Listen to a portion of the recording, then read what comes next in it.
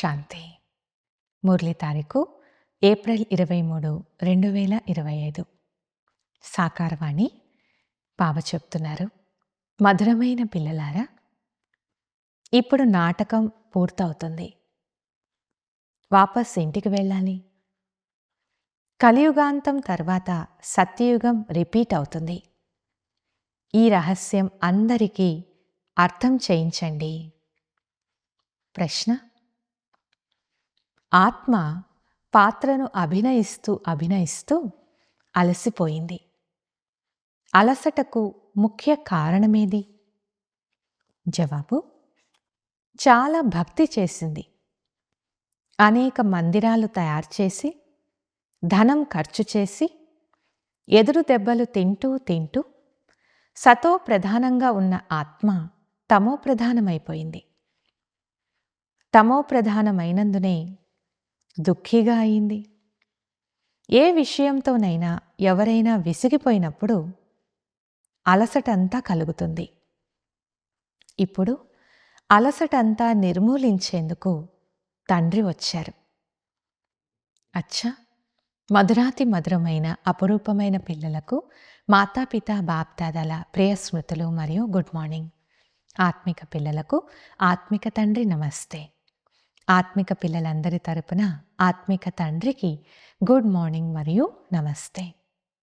ధారణ కొరకు ముఖ్య సారం. మొదటి పాయింట్: సదా హర్షితంగా ఉండేందుకు బుద్ధిలో చదువు మరియు చదివించే తండ్రి గుర్తుండాలి. తింటూ త్రాగుతూ అన్ని పనులు చేస్తూ చదువుపై పూర్తి గమనం ఉండాలి. రెండవది, బాప్దాదా హృదయాన్ని అధిరోహించేందుకు శ్రీమతాన్ని అనుసరించి చాలామందిని మీ సమానంగా తయారు చేసే సేవ చేయాలి. ఎవ్వరినీ విసిగించరాదు. వరదానము: అశరీరీ స్థితి అనే ఇంజెక్షన్ ద్వారా మనస్సును కంట్రోల్ చేసే ఏకాగ్ర చిత్త భవ. వివరణ: ఎలాగైతే ఈ రోజుల్లో ఎవరైనా అదుపులోకి రాకుండా చాలా విసిగిస్తూ ఉంటారో, గంతులు వేస్తూ ఉంటారో, లేక పిచ్చివారిగా అయిపోతారో, అలాంటి వారికి వారు శాంతిగా అయిపోనట్లు ఒక ఇంజెక్షన్ వేస్తారు.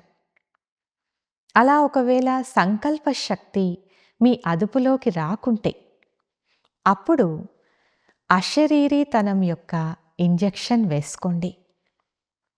అప్పుడు సంకల్ప శక్తి వ్యర్థంగా గంతులు వేయదు. సహజంగా ఏకాగ్ర చిత్తులుగా అయిపోతారు. కానీ ఒకవేళ బుద్ధి యొక్క కళ్ళెం తండ్రికిచ్చి మళ్ళీ తీసుకుంటే మనస్సు మిమ్మల్ని వ్యర్థం యొక్క శ్రమలో వేసేస్తుంది. ఇప్పుడు వ్యర్థం యొక్క శ్రమ నుండి విడుదలైపోండి. స్లోగన్: మీ పూర్వజ స్వరూపాన్ని స్మృతిలో ఉంచుకొని సర్వ ఆత్మలపై దయ చూపించండి. అవ్యక్త సూచన: కంబైన్డ్ రూపం యొక్క స్మృతి ద్వారా సదా విజయులుగా అవ్వండి. ఎలాగైతే శరీరం మరియు ఆత్మ రెండూ కంబైన్డ్గా ఉండి కర్మలు చేస్తున్నాయో, అలా కర్మ మరియు యోగం రెండూ కంబైన్డ్గా జరగాలి. కర్మలు చేయునప్పుడు స్మృతిని మర్చిపోరాదు. స్మృతిలో ఉంటూ కర్మలు మర్చిపోరాదు. ఎందుకంటే మీ టైటిలే కర్మయోగులు.